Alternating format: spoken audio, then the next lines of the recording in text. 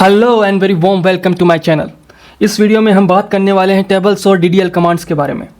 हम देखेंगे कि टेबल्स बनाते कैसे हैं, कॉलम ऐड कैसे करते हैं, ड्रॉप कैसे करते हैं, कॉलम के डेटा टाइप को कैसे चेंज करते हैं और टेबल्स का किसी टेबल का क्लोन कैसे बनाते हैं। जो सीक्वल में डीडीएल कमांड्स होती है जैसे कि drop, rename, create, alter and truncate, इनको अपन डॉक्टर केट नाम के एब्रीवेशन से डिनोट कर सकते हैं, याद रखने में आसानी होगी।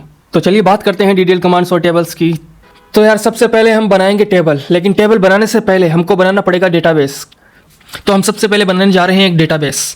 Create table, create database and database का नाम मैं नाम देता हूँ यहाँ पे सीक्वल ट्यूटोरियल। मैं इसको एग्जीक्यूट करता हूँ। एग्जीक्यूट करने के लिए इसे सेलेक्ट करूँगा और ऑल्ट एक्स प्रेस करूँगा।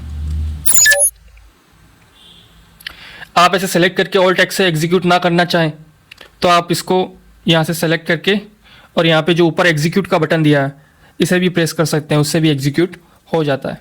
तो इसकी एग्जीक्यूट करने की शॉर्टकट कमांड है ऑल्ट एक्स। तो अपना डेटाबेस रेडी हो चुका है। अब चेक करने के लिए मैं दो तरीके से चेक कर सकता हूँ कि डेटाबेस बना या नहीं बना। तो सबसे पहले मैं लिखता हूँ एग्जीक्यूट एसपी डेटाबेसेस। मैं इसको एग्जीक्यूट सेलेक्ट करता हूँ और ऑल्ट एक्स से एग्जीक्यूट करता हूँ। तो आप यहाँ पे देख सकते हैं कि सीक्वल ट्यूटोरियल एक डेटाबेस बन चुका है। अगर आप यहाँ से नहीं देखना चाहें तो इसके लिए आप यहाँ से देख सकते हैं। डेटाबेस को एक्सपेंड करूँगा तो ये यहाँ पे देख सकते हैं कि सीक्वल ट्यूटोरियल नाम से एक डेटाबेस बन चुका है। ठीक है, तो अपना डेटाबेस तो अपना रेडी है। तो चलिए अब अपना अगला कदम होगा टेबल्स बनाना। तो टेबल्स बनाते हैं। मैं सीक्वल ट्यूटोरियल को यहाँ से सेलेक्ट करता हूँ। सीक्वल ट्यूटोरियल को मैं यहाँ से सेलेक्ट करता हूँ। ठीक है, या फिर मैं यहाँ पे ऐसे भी लिख सकता हूँ यूज़ सीक्वल ट्यूटोरियल। तो इस डेटाबेस को ये यूज़ करेगा, या मैं यहाँ से सेलेक्ट कर सकता हूँ। तो सबसे पहला काम अपना है क्रिएटिंग टेबल। अब नीचे जो रिजल्ट सेट आ रहा है उसको मैं डिसअपियर करने के लिए, उसको रिमूव करने के लिए मैं प्रेस करता हूँ कंट्रोल आर। टेबल बनाते हैं। टेबल बनाने के लिए सिंटेक्स है क्रिएट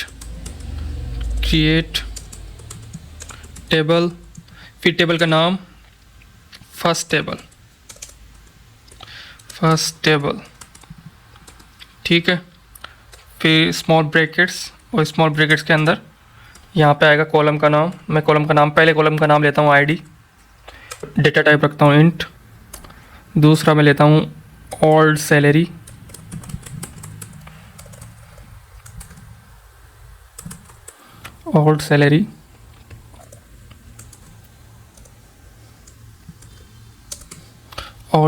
और इसका डेटा टाइप भी मैं रखता हूँ इंट। और एक लेता हूँ मैं न्यू सैलरी और इसका भी डेटा टाइप मैं इंट नहीं रख के वेर केयर रखता हूँ। आपकी बार वेर केयर 50 का मतलब क्या होता है? वेर केयर 50 का मतलब ये होता है कि 0 से लेकर 50 तक किसी भी लेंथ की स्ट्रिंग स्टोर कर सकता है। तो मान लीजिए अगर वो 10 लेंथ की स्ट्रिंग स्टोर करता है तो वो स्टोरेज उतना ही लेगा जितना रिक्वायर्ड है। तो ये होता है वेर केयर 50 का मतलब।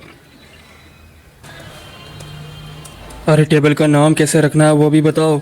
अब देखो यहाँ पे मैंने टेबल का जो नाम लिया है फर्स्ट टेबल, उसमें मैंने बीच में अंडरस्कोर डाला है। अगर मैं अंडरस्कोर नहीं डालता हूँ, स्पेस दे देता हूँ, यहाँ पे एरर आएगी। ठीक है, तो मेरे को जो भी टेबल्स का नाम देना है वो अगर उसमें 2 वर्ड्स हैं तो मेरे को अंडरस्कोर का यूज़ करना है। ठीक है, पहले अंडरस्कोर का यूज़ करना पड़ेगा बीच में।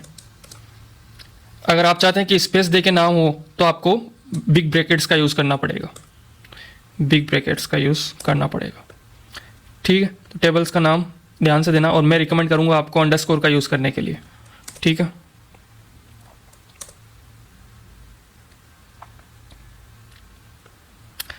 तो यार मैं इसको एग्जीक्यूट करता हूँ। अच्छा, फर्स्ट टेबल में मैंने अंडरस्कोर नहीं लिया तो अंडरस्कोर मैं लिख देता हूँ यहाँ पे। अब मैं इसको एग्जीक्यूट करता हूँ। इसको सेलेक्ट करता हूँ और ऑल्ट एक्स से एग्जीक्यूट करता हूँ। रिजल्ट सेट को रिमूव करने के लिए मैं कंट्रोल आर प्रेस करता हूँ। तो यहाँ पे अपनी टेबल रेडी हो चुकी है, टेबल बन चुकी है। मैं चेक करने के लिए यहाँ पे लिखता हूँ select star from table.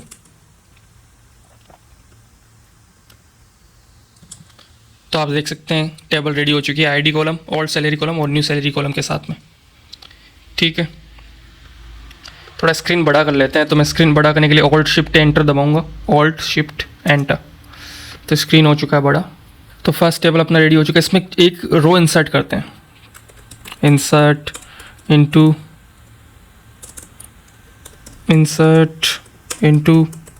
Table का नाम फर्स्ट टेबल,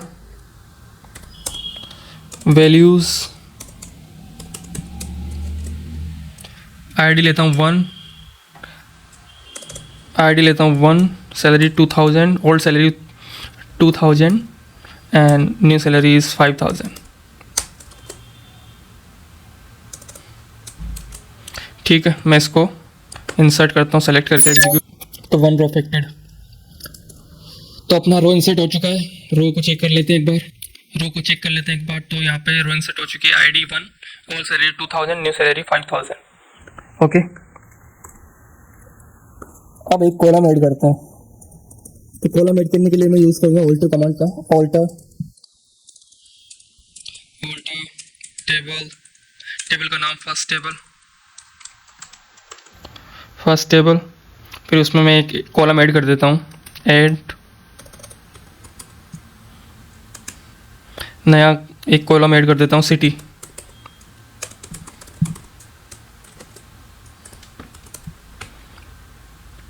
ठीक है, इसको मैं एग्जीक्यूट करता हूँ और मैं select star from first table से इसको चेक करता हूँ। तो यहाँ पे देख सकते हैं आप, सिटी कॉलम ऐड हो चुका है। अब इस कॉलम को मैं ड्रॉप करता हूँ।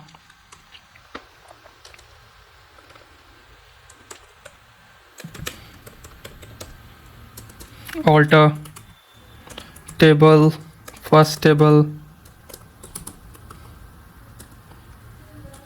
Alter table first table, drop column city.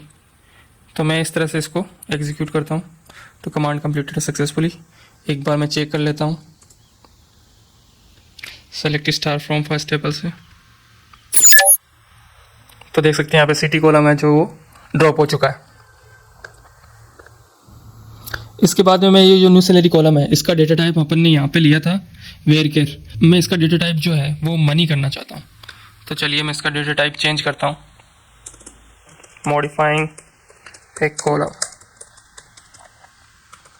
तो अपना जो यहाँ पे अपने एक कॉलम लिया था न्यू सैलरी, उसका डेटा टाइप अपन ने लिया था वेरकेर 50। तो मैं इस वेरकेर 50 को चेंज करना चाहता हूँ मनी टाइप के डेटा टाइप में। तो उसके लिए मैं लिखूँगा alter table first table,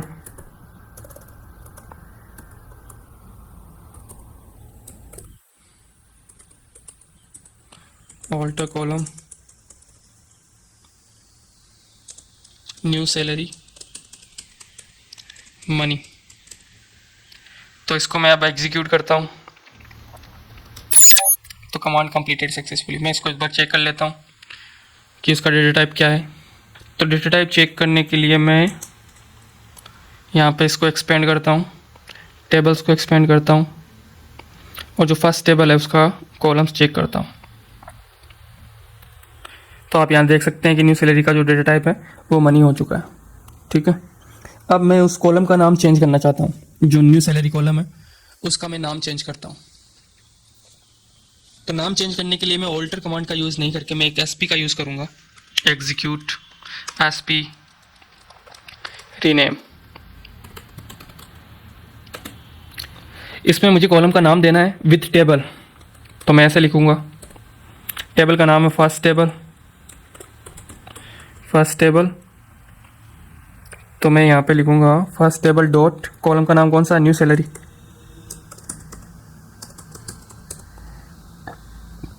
salary. और इसको मैं चेंज करना चाहता हूँ लेटेस्ट सैलरी। तो एग्जीक्यूट एसपी रीनेम, कॉलम का नाम, फिर नए कॉलम का नाम और लास्ट में कॉलम।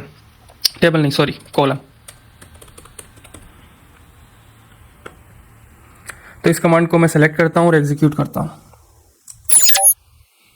ठीक है, तो मैं अब चेक करता हूँ कि कॉलम का नाम चेंज हुआ कि नहीं। तो मैं लिखता हूँ यहाँ पे सेलेक्ट स्टार फ्रॉम वाली जो कमांड है उसको सेलेक्ट करके एग्जीक्यूट करता हूँ। तो देख सकते हैं यहाँ पे न्यू सैलरी की जगह लेटेस्ट सैलरी आ चुका है। अब टेबल को रीनेम करते हैं। जो फर्स्ट टेबल है उसको मैं रीनेम करना चाहता हूँ। तो टेबल को रीनेम करने के लिए मैं यूज़ करता हूँ एग्जीक्यूट एस पी रीनेम।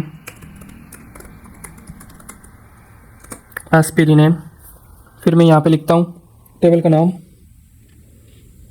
का नाम है हमारे पास फर्स्ट टेबल, तो dbu डॉट फर्स्ट टेबल। नई टेबल का नाम एम्प्लॉय टेबल। ठीक है, मैं इसको सेलेक्ट करके एग्जीक्यूट करता हूँ। तो एग्जीक्यूट करने पे नाम चेंज हो चुका है। कंट्रोल आर करके मैं चेक कर लेता हूँ। तो अगर नाम चेंज हो चुका है तो ये जो select star from first table है ये नहीं एग्जीक्यूट होना चाहिए, इसको एरर देना चाहिए, इनवैलिड ऑब्जेक्ट नाम से एरर आएगी। तो मैं एग्जीक्यूट करके देखता हूँ, इनवैलिड ऑब्जेक्ट फर्स्ट टेबल। अब मैं फर्स्ट टेबल की जगह एम्प्लॉय करके देखता हूँ, सेलेक्ट करके एग्जीक्यूट करता हूँ। ठीक है, तो ये वर्क कर रहा है। इसका मतलब एम्प्लॉय नाम से टेबल का नाम फर्स्ट टेबल से एम्प्लॉय हो चुका है। उसके बाद में हम देखते हैं कि टेबल का क्लोन कैसे बनाएं, एग्जिस्टिंग टेबल से एक न्यू टेबल कैसे बनाएं। टेबल को क्लोन करता हूँ मैं। तो मैं टेबल को क्लोन करने के लिए यूज़ करूँगा सेलेक्ट स्टार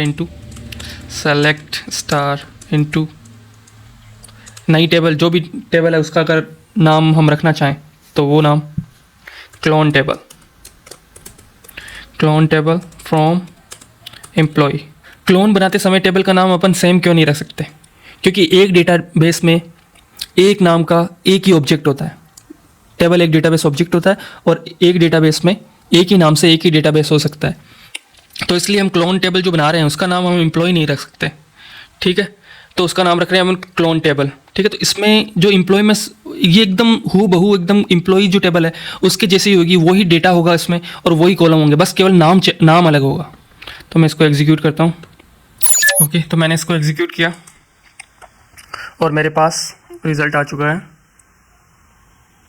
अब मैं इसको select star from clone table करके देखता हूँ। Select star from clone table, तो सेम डेटा, सेम कॉलम और सेम डेटा टाइप, केवल नाम अलग।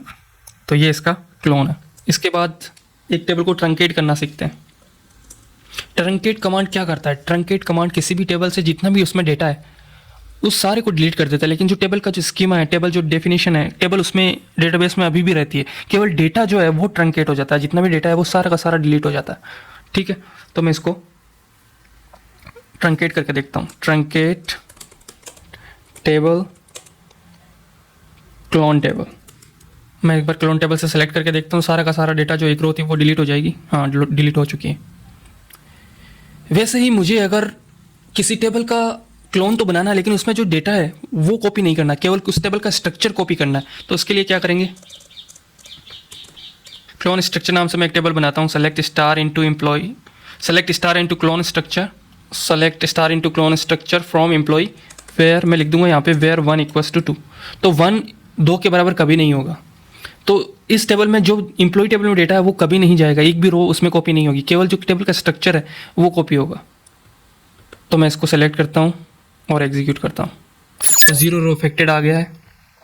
ठीक है, और मैं इसमें क्लोन स्ट्रक्चर टेबल में एक बार चेक कर लेता हूँ। केवल जो टेबल का डेफिनेशन है, उसकी कॉलम का नाम, कॉलम के डेटा टाइप, वो सारा कॉपी हो चुका है, लेकिन एक भी रो कॉपी नहीं होगी। तो select star from structure, clone structure, मैं इसको सेलेक्ट करके एग्जीक्यूट करता हूँ। तो आप देख सकते हैं यहाँ पे पूरा का पूरा जो डेफिनेशन है टेबल की वो कॉपी हो चुकी है। अब टेबल को ड्रॉप करना देख लेते हैं। तो मैं ये जो क्लोन स्ट्रक्चर है इस टेबल को ड्रॉप करना चाहता हूँ। तो drop table clone structure command completed successfully. तो मैं इसको एग्जीक्यूट करके देखता हूँ। Invalid object. ठीक है, तो ये टेबल ड्रॉप हो चुकी है।